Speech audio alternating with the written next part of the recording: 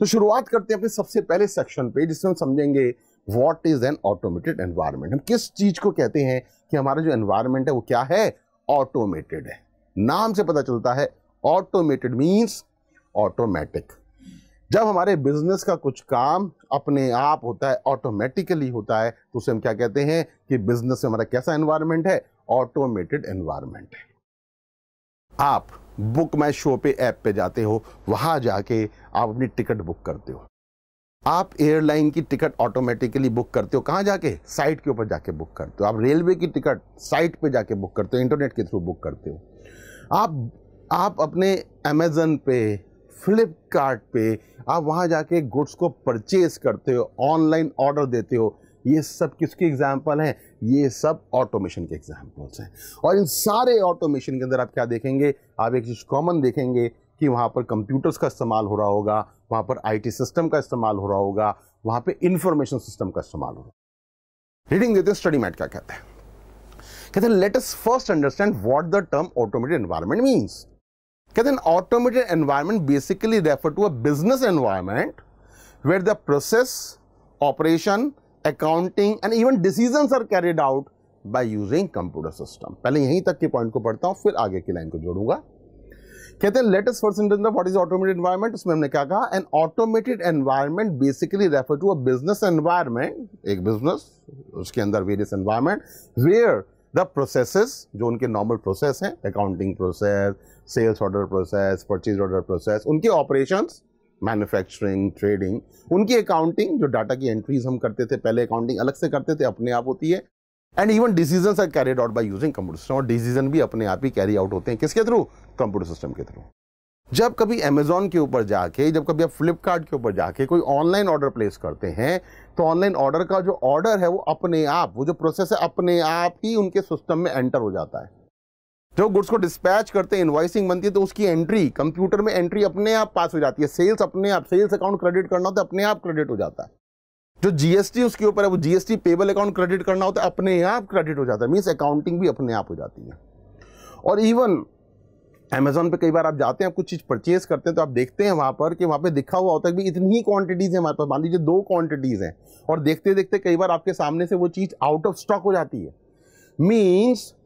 Means अब जैसे ही वो चीज आउट ऑफ स्टॉक हो जाएगी, वो साइट आपका ऑर्डर भी नहीं लेगी।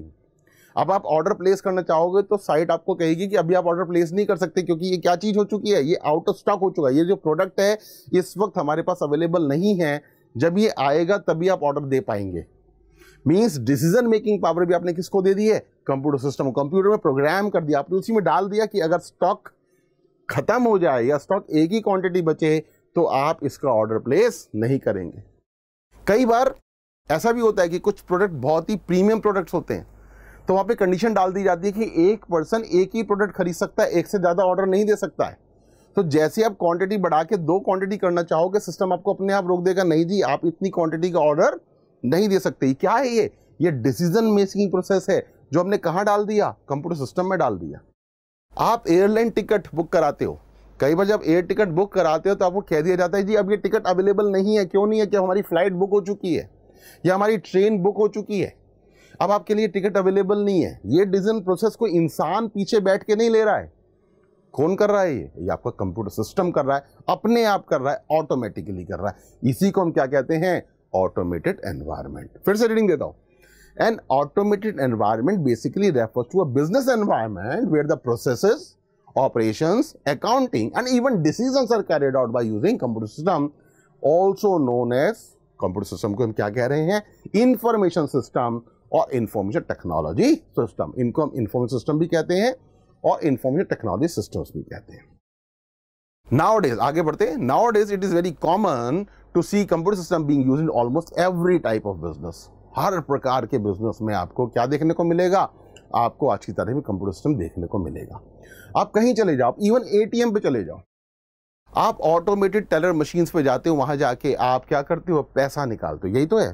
पहले के टाइम में क्या होता था, पहले के टाइम में अगर आपको बैंक से पैसा निकालना है तो आप बैंक की ब्रांच में जाते थे, वहां आप एक चेक काट के देते थे। जो चेक होता था उस पर सेल्फ लिख के साइन करके आप वहां पे क्लर्क को देते थे, क्लर्क उसकी एंट्री पास करता था, ऑफिसर उसको वेरीफाई करता था, फिर वो चेक एक कैशियर के पास जाता था और कैशियर आपको कैश देता था और आपसे साइन कराता था कि आपने ये कैश रिसीव कर लिया। इसके लिए क्या जरूरी था कि आपको बैंक पहुंचना पड़ता था। आप उसी दिन पैसे निकाल सकते थे जिस दिन बैंक ओपन हो, जिस दिन बैंक की छुट्टी हो, उस दिन पैसा नहीं निकाल सकते थे। और आपको बैंक के टाइमिंग होते थे पैसा निकालने के, 10 बजे से 2 बजे तक ही पैसा निकाल सकते हैं। अगर 2 से ज्यादा हो गए तो आप अगले दिन ही पैसा निकाल सकते थे। कितना आसान है आपके लिए आज, आपके लिए कितना आसान है। आप दिन में कभी भी जाके कहीं से भी पैसा निकाल सकते हो। मीन्स कोई टाइम नहीं, कोई बैंक की छुट्टी और कोई प्रॉब्लम नहीं। और इवन आपको ये भी जरूरी नहीं कि आपको अपने बैंक की एटीएम देखनी है, आप किसी भी बैंक की एटीएम से जाके पैसा निकाल सकते हो अपने अकाउंट से। हाँ, तभी निकाल पाओगे भाई जब आपके अकाउंट में पैसा होगा। ऐसा नहीं जी बिना पैसे के निकाल लूंगा मैं। तो यस, आपके अकाउंट में पैसा होना चाहिए तो आप किसी भी एटीएम से पैसा निकाल सकते हैं। पर आप देखिए इससे होता क्या है। आप बहुत खुश हैं एटीएम से पैसा निकाल के, क्यों सर? कभी भी पैसा निकाल सकते हैं। एटीएम की फुल फॉर्म है ऑटोमेटेड टेलर मशीन। पर अगर कई लोगों से आप पूछोगे तो कहते हैं सर एनी टाइम मनी। क्यों? जब चाहे हम पैसा निकाल सकते हैं उसके अंदर, इसलिए हमने क्या कहा, एनी टाइम मनी। फैक्चुअली उसकी फुल फॉर्म क्या है? Automated teller machine. Automated teller machine से आप इसलिए खुश हो कि सर मेरे लिए कोई बंदिश नहीं है कि मुझे देखना पड़े आज बैंक की छुट्टी है, आज बैंक खुला है, क्या टाइम हो गया। मेरे को जब पैसे की जरूरत है तब जाके मैं पैसा निकाल लेता हूं। पर बैंक के एंगल से देखिएगा, बैंक को कितना फायदा है बेटा। अगर एटीएम मशीन नहीं होती तो आप जब ब्रांच में जाते तो ब्रांच को 3-3 एम्प्लॉय बिठाने पड़ रहे थे। एक क्लर्क बैठा था जो आपके लिए एंट्री पास करता था, एक ऑफिसर था जो आपको वेरीफाई करता था, एक कैशियर था जो कैश काउंट करता था फिर आपको देता था, और इन सब की एंट्रीज भी कंप्यूटर सिस्टम में पास की जाती थी। आज ये काम आप खुद करते हो बैंक के लिए। बैंक के लिए क्या, आप कार्ड लगाते हो, कार्ड पे अपना पिन डालते हो तो अपने आप को वेरीफाई करते हो। जो ऑफिसर वेरीफाई कर रहा था आप वेरीफाई हो जाते हो। आप अमाउंट निकालने के लिए फिगर डालते हो, सिस्टम में अपने आप पोस्ट हो जाता है कि आप इतने पैसे निकाल रहे हो। मशीन अपने आप उस पैसे को काउंट करती है और आपके हाथ में दे देती है। मीन्स सारा काम या तो आपने किया या मशीन ने किया। हमारे बैंक को क्या फायदा हुआ, ये जितनी भी एंट्रीज थी वो सारी अपने आप पास हो गई और इसमें गलती के भी कोई चांस नहीं है। तो मीन्स आपको क्या समझ में आता है, आपको ये समझ में आता है कि ऑटोमेटेड बिजनेस एनवायरनमेंट में हमारे पास क्या होगा, हमारे पास ऑटोमेटिक ट्रांजैक्शंस होंगी। ट्रांजैक्शंस जो हम करेंगे वो ऑटोमेटिकली रिकॉर्ड होगी और कई बार इवन डिसीजंस भी अपने आप लिए जा सकेंगे। और ये डिसीजन भी कौन लेगा, मशीन अपने आप लेगी, कोई इंसान बैठ के वो डिसीजन नहीं लेगा। अब यहां पर आपके पास एक क्वेश्चन आता है, आगे आपसे कहा गया स्टडी मैट के अंदर कि क्या फीचर्स हैं, दैट इज की features of N automated environment. एक ऑटोमेटेड एनवायरनमेंट के क्या की फीचर्स हो सकते हैं। तो लिखा है some of the key feature of automated environment are as follows. नीचे आपको कुछ की फीचर दिए हैं, पहले एक बार पढ़ते हैं फंडामेंटल प्रिंसिपल क्या है। The fundamental principle of an automated environment is the ability to carry out business with less manual intervention and more system driven। बात समझ में आती, बहुत सिंपल लैंग्वेज में कहा गया कि ऑटोमेटेड एनवायरनमेंट क्या है कि जहां पे हम बिजनेस को कैरी आउट करें, जहां पे मैनुअल इंटरवेंशन कम से कम हो, लोगों मतलब फिजिकल लोगों को लगाने की जरूरत कम से कम हो, और मैक्सिमम किसका इस्तेमाल कर सकें, सिस्टम्स का इस्तेमाल कर सकें। कंप्यूटर सिस्टम कह सकते हैं आप, इंफॉर्मेशन सिस्टम कह सकते हैं आप, इंफॉर्मेशन टेक्नोलॉजी कह सकते हैं। तीनों चीजें हमने पढ़ी हैं। कहते हैं complexity of business environment depends on the level of automation. कितना बिजनेस एनवायरनमेंट आपका कॉम्प्लेक्स होगा किस चीज का डिपेंडेंट है, on the level of automation. मैं ऑलरेडी आपको बता चुका हूं, जितना ज्यादा ऑटोमेशन होगा उतना ज्यादा कॉम्प्लेक्स सिस्टम होगा, और जितना कम ऑटोमेशन होगा उतना कम कॉम्प्लेक्स सिस्टम होगा। That is, if a business environment is more automated it is likely to be more complex. तो ये चांसेस है कि क्या होगा, वो ज्यादा कॉम्प्लेक्स होगा। अब हम बात करते हैं क्या क्या की फीचर्स हैं हमारे, क्या की फीचर्स हैं हमारे, क्या पॉइंट्स हैं जो हमें याद रखने हैं। की फीचर्स किसके हैं, ये याद रखिएगा, ऑटोमेटेड एनवायरनमेंट। अभी तक हमने क्या पढ़ा है, हम पढ़ रहे हैं what is an automated environment, किस चीज को हम ऑटोमेटेड एनवायरनमेंट कहते हैं और क्या उनके की फीचर्स हैं। सबसे पहले पे आते हैं, कहते हैं एनेबल्स फास्ट बिजनेस ऑपरेशंस। आपके जो बिजनेस ऑपरेशंस है वो क्या हो जाते हैं, फास्ट हो जाते हैं, जल्दी हो जाते हैं। पहले उन्हीं प्रोसेस को करने में हमें बहुत समय लगता है, उन काम को मैनुअली करते तो बहुत ही टाइम कंज्यूमिंग होता था, लेकिन आज वो टाइम कंज्यूमिंग नहीं है। क्यों? क्योंकि उसको हम किससे कर रहे हैं, उसको हम ऑटोमेशन से कर रहे हैं। कैसे? आप इंडियन रेलवेज में भी चले होंगे और आप मेट्रो में भी चले होंगे। इंडियन रेलवेज के अंदर हमने सिस्टम बना रखा है टिकट चेकिंग का। जब हम टिकट चेक करते हैं तो वहां पे क्या होता है, वहाँ पे पहले आप स्टेशन में एंटर कर जाते हैं, आप ट्रेन में चढ़ जाते हैं, और जब ट्रेन में चढ़ जाते हैं तो या तो टीटी वहाँ पर आता है आपकी टिकट चेक करने के लिए, या फिर जब आप बाहर निकल रहे होते हैं तो वहाँ पर टीटी उसको चेक करता है कि आपके पास टिकट है या नहीं। जब आप डेस्टिनेशन में पहुँच जाते हैं तो वो आपके हाथ में टिकट देखता है। उस टीटी को ये नहीं पता आप कहाँ से चढ़े थे, कहाँ पे उतरे, उसे ये नहीं पता। कई बार तो इतनी भीड़ हो जाती है कि उसे कुछ से टिकट ले पाता है, कुछ से वो टिकट ही नहीं ले पाता। तो मीन्स आप अच्छे से समझ सकते हैं कि आपका जो सिस्टम था वो एफिशिएंट नहीं था। किसका? इंडियन रेलवेज का। अब इन कंट्रास्ट में हम देखते हैं दिल्ली मेट्रो के। वहाँ पे आप देखेंगे, वहाँ स्टेशन में जब एंटर करेंगे तो वहाँ कार्ड लगाएंगे तो मशीन को पता है आप किस स्टेशन से एंटर हो रहे हैं। जब तक कार्ड नहीं लगाएंगे तब तक गेट ओपन नहीं होगा, तो आप एंटर ही नहीं कर सकेंगे। जब आप एंटर कर जाएंगे उसके बाद आप ट्रेन में चढ़ेंगे, जिस स्टेशन से आप बाहर निकलेंगे उस स्टेशन पे भी आपका वो काम सिस्टम क्या करेगा, अपने आप कैप्चर कर लेगा आपके स्टेशन से बाहर निकले, और आपका ऑटोमेटिकली फेयर डिटेक्ट हो जाएगा। ये जो फेयर लेने का प्रोसेस है आपका, ये जो ऑपरेशन है आपका, क्या हो गया, ये फास्ट हो गया, जल्दी हो गया। और अपार्ट फ्रॉम दैट जब आप एंट्री और एग्जिट कर रहे हो वो प्रोसेस भी आपका क्या हो गया, फास्ट हो गया। अगर यही काम मैनुअली कर रहे होते तो बहुत ही टाइम कंज्यूमिंग हो जाता है। तो फीचर समझते हैं। सबसे पहले वाले फीचर पे आते हैं, एनेबल्स फास्टर बिजनेस ऑपरेशंस। आपके जो बिजनेस ऑपरेशंस हैं इनको क्या कर देता है, फास्ट कर देता है। कैसे? आपने देखा होगा आप एटीएम से जाके पैसा निकालते हैं। पहले आप बैंक, मैंने आपको एग्जांपल दिया था, पहले आप बैंक में जाके पैसा निकालते थे पुराने टाइम में, तो उसमें आपको समय ज़्यादा लगता था।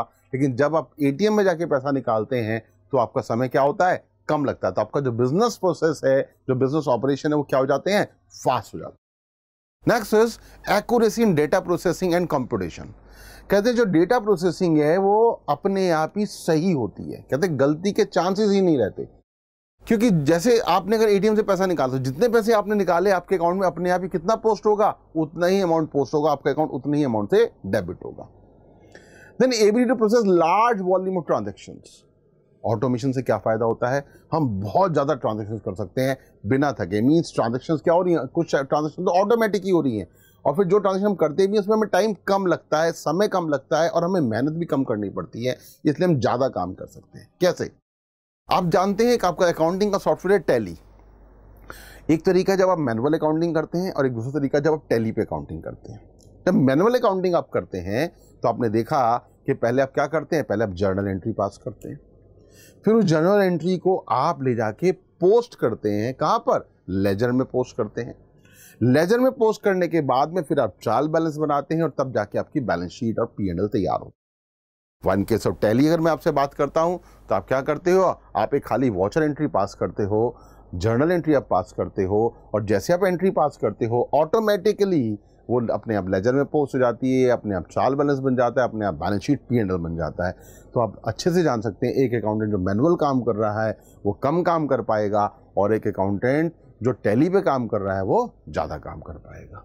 तो आप क्या कर सकते हो, ज़्यादा वॉल्यूम ट्रांजेक्शन्स पे काम कर सकते हो। Next is integration between business operations.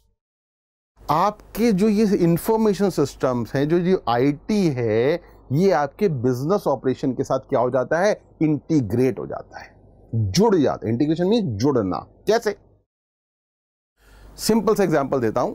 आप Amazon पे, फ्लिपकार्ट पे ऑनलाइन परचेज करने जाते हैं, वहां पे आपको बहुत सारे प्रोडक्ट देखने को मिलते हैं। उनमें से कुछ प्रोडक्ट नॉर्मल दिख रहे होते हैं, कुछ प्रोडक्ट ग्रे स्केल में दिख रहे होते हैं। ग्रे स्केल मतलब जो लाइट होते हैं, कुछ हल्के दिख रहे होते हैं, और उसके ऊपर लिखा होता है आउट ऑफ स्टॉक। अब ये आउट ऑफ स्टॉक कब तक लिखा रहता है, जब तक उनके पास स्टॉक में नहीं आते। जैसे ही उनके पास में स्टॉक में आएंगे वो गुड्स, जैसे उनके पास स्टॉक आएगा, वो अपने बैकग्राउंड में, वेबसाइट पे नहीं, वो बैकग्राउंड में अपने स्टॉक रिकॉर्ड में एंट्री पास करेंगे, क्या, purchase debit to such and such party, और परचेज के अंदर जितनी भी क्वांटिटीज हैं वो अपनी इसमें चढ़ाएंगे सिस्टम में। ऑटोमेटिकली जो वेबसाइट है आपकी, उसके ऊपर जो स्टॉक, जो प्रोडक्ट वहां पे आउट ऑफ स्टॉक लिखा हुआ आ रहा था वो हट जाएगा, और आप वहां पर ऑर्डर प्लेस कर सकेंगे। किसी प्रोग्रामर ने, किसी वेबसाइट बनाने वाले ने वहां जाकर उसको चेंज नहीं किया है, वो ऑटोमेटिकली चेंज हुआ है, क्योंकि जो आपका बिजनेस ऑपरेशन बैकग्राउंड में चल रहा है उसी से जो फ्रंट के ऊपर आपको वेबसाइट देखने को मिल रही है वो अपने आप ही क्या हो रही है, इंटीग्रेट हो रही है, जुड़ी हुई है उसके साथ में, और ऑटोमेटिकली वो उस पर रिएक्ट कर रही है, अपने आप उसमें चेंजेस आ रहे हैं। Next is better security and control. कहते हैं ऑटोमेशन होता है तो हम ना सिर्फ फिजिकल कंट्रोल लगा सकते हैं, हम लॉजिकल कंट्रोल भी लगा सकते हैं ऑटोमेशन के अंदर। कैसे? मान लो आपकी कोई पर्सनल डायरी है, आप अपनी उसमें कुछ बातें लिखते हो, आपकी जो पर्सनल, जो आप रात को बैठ के पर्सनल डायरी लिखते हो अपने बारे में, जो जो आपके साथ दिन में घटा वो आपने कहाँ लिखा? डायरी में लिखा। आपने वो डायरी बना के रखी हुई, और अब डायरी आप क्या करते हो? आपकी पर्सनल है, उसमें आपने बहुत सारी चीज़ें पर्सनल लिखी हुई, आप उस डायरी को छुपा के रखते हो। ये कैसा कंट्रोल है? फिजिकल कंट्रोल है, आपने उसको छुपा रखा है। लेकिन अगर आपके घर वालों में, आपके किसी फ्रेंड के हाथ में वो डायरी लग गई, तो उसके बाद कोई भी उस डायरी को आराम से पढ़ सकता है बिना किसी प्रॉब्लम के। बिल्कुल सही बात है। मीन्स आपके पास कैसा कंट्रोल है? खाली फिजिकल कंट्रोल है। वाइल अब मैं आपकी बात करता हूं मोबाइल की। ऐसी जैसे आपके कुछ पर्सनल चीजें आपकी डायरी में होती हैं, ऐसी बहुत सारी पर्सनल चीजें आपके मोबाइल में भी होती हैं।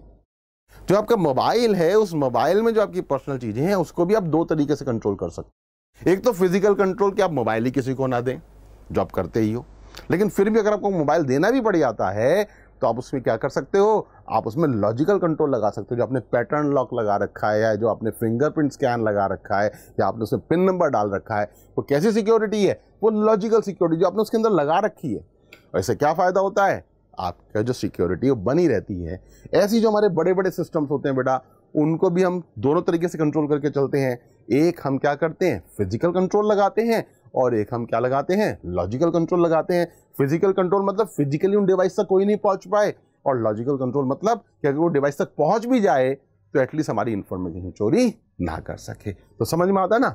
आपके नॉर्मल मैनुअल सिस्टम के मुकाबले यहाँ पर क्या है? ज़्यादा अच्छे कंट्रोल्स हम लगा सकते हैं। जैसे आपके अकाउंट बुक्स, पहले आपकी अकाउंट बुक्स क्या होती थी?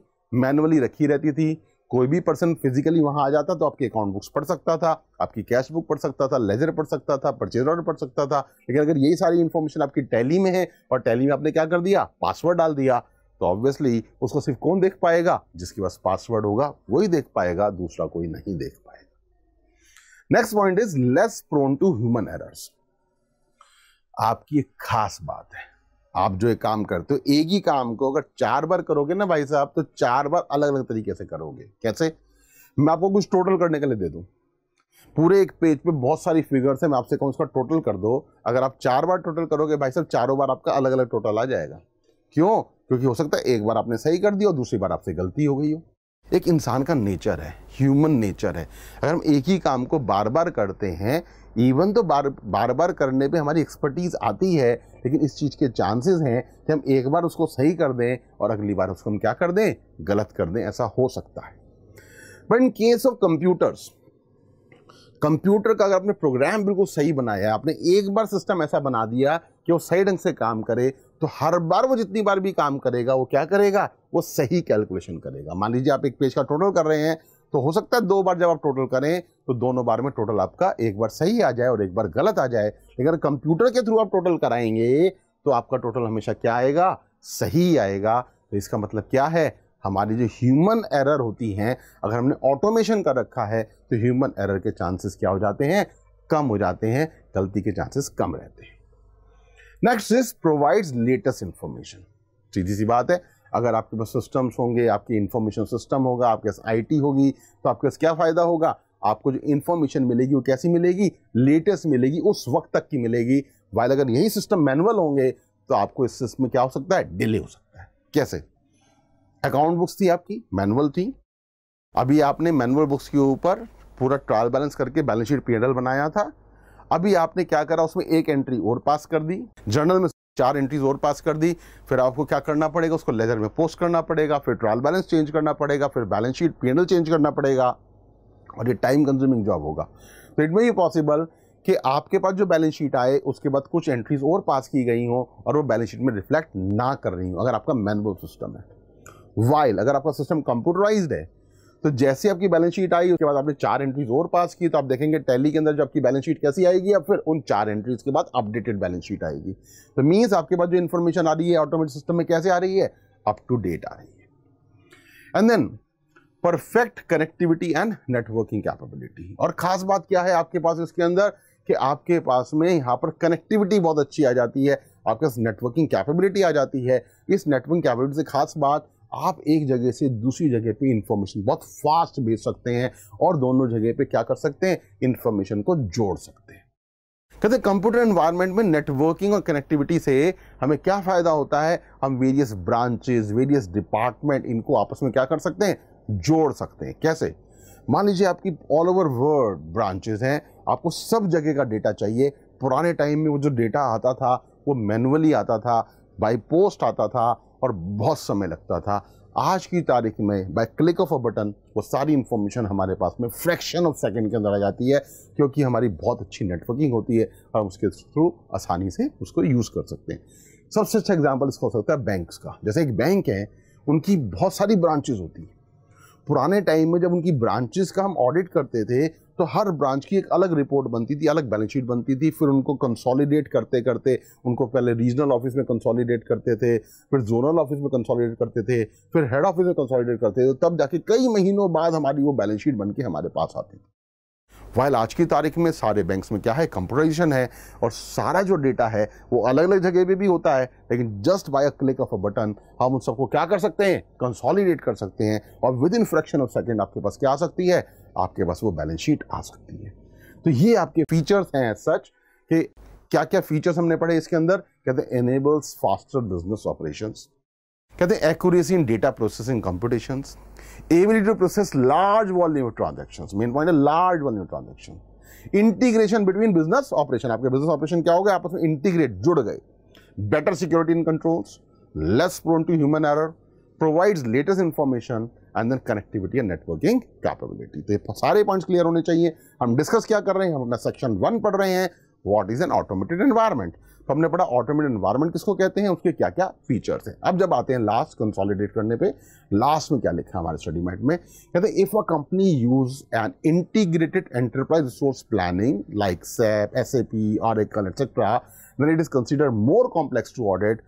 On the other hand, if a company is using off-the-shelf accounting software, then it is likely to be less automated and hence less complex environment. Simple भाषा में आपने अपने सेकंड ग्रुप में ही एक सब्जेक्ट पढ़ा है EIS, वहाँ पे आपका पूरा डिटेल डिस्कशन है regarding ERP systems. ERP system होते हैं हमारे जो पूरी एंटरप्राइज का एक ही सॉफ्टवेयर होता है, पूरी ऑर्गेनाइजेशन में एक ही सॉफ्टवेयर में सारा काम हो रहा होता है। तो ऑब्वियसली जब एक ही सॉफ्टवेयर में सारा काम हो रहा होगा तो वो कैसा होता होगा, वो बहुत कॉम्प्लेक्स होता है। तो उन्होंने कहा if a company uses an integrated ERP system like what SAP, Oracle, etc., then it is considered more complex to audit. तब वो क्या होगा, ज्यादा कॉम्प्लेक्स होगा ऑडिट करने के लिए। On the other hand if a company using an off the shelf accounting software, off the shelf accounting software कहते हैं ऐसा सॉफ्टवेयर जो मार्केट में बना बनाया अवेलेबल है, आप जाते हो, खरीद के लाते हो, अपने सिस्टम पे लगाते हो और काम करना चालू कर देते हो, then it is likely to less automated and has less complex environment. तो वो कम ऑटोमेशन होगा उसके अंदर और ऐसे ही उसका एनवायरनमेंट भी क्या होगा, कम कॉम्प्लेक्स होगा। से फॉर एग्जांपल मैं जाके टैली खरीद के लाता हूं, उसको इंस्टॉल कर देता हूं और अपने पास यूज करना चालू कर देता हूं, तो वो ऑफ द शेल्फ सॉफ्टवेयर है और ऑफ द शेल्फ सॉफ्टवेयर के अंदर क्या होता है, हमारा ऑटोमेशन भी कम होगा और कॉम्प्लेक्सिटी भी कम होगी। अब यहां पर आपको कंफ्यूजन होगा, आप कहेंगे सर टैली में तो टैली ERP लिखा होता है, तो क्या ये ERP नहीं है? नहीं बेटा, जब हम ERP की बात करते हैं तो ERP, टैली का नाम ERP जरूर है लेकिन उसको हम फुल फ्लेज्ड ERP नहीं कहते। Reason being Tally broadly accounting का सॉफ्टवेयर है। यस, उसके थ्रू हम थोड़े बहुत काम और कर सकते हैं, लेकिन जो आपका ERP का सॉफ्टवेयर होता है ये पूरी बिजनेस एनवायरनमेंट के लिए एक होता है। इसमें प्रोडक्शन प्लानिंग भी करते हो, मटेरियल प्लानिंग भी करते हो, हर चीज आपकी किससे होती है, एक ही सॉफ्टवेयर से होती है। इसके डिटेल डिस्कशन के लिए आपका जो EIS है उसके अंदर पूरा डिटेल डिस्कशन है, वहां से आप अपनी नॉलेज को गेन कर सकते हैं। फॉर द टाइमिंग आपको सिर्फ इतना समझना है कि हमने कोई ERP वगैरह इस्तेमाल कर रखा है तो हमारा सिस्टम ज़्यादा कॉम्प्लेक्स होगा, और अगर हमने किसका इस्तेमाल कर रखा है, अगर हमने ऑफ द शेल्फ सॉफ्टवेयर का इस्तेमाल कर रखा है तो हमारा सिस्टम कम कॉम्प्लेक्स होगा। तो मेरे हिसाब से जो हमारा फर्स्ट सेक्शन है वो आपको बहुत अच्छे से क्लियर होना चाहिए, जो वीडियो हमारा बहुत अच्छे से क्लियर होना चाहिए, जिसके अंदर हमने क्या डिस्कस किया कि what is an automated environment, और इस ऑटोमेटेड एनवायरनमेंट के हमने फीचर्स पढ़े हैं और हमने इसकी कॉम्प्लेक्सिटी के बारे में पढ़ा है। नेक्स्ट वीडियो में हम क्या डिस्कस करने वाले हैं, नेक्स्ट वीडियो में सेक्शन 2 डिस्कस करेंगे, जिसके अंदर बात करेंगे relevance of IT in an audit. हमारे ऑडिट में IT की क्या रेलेवेंस है।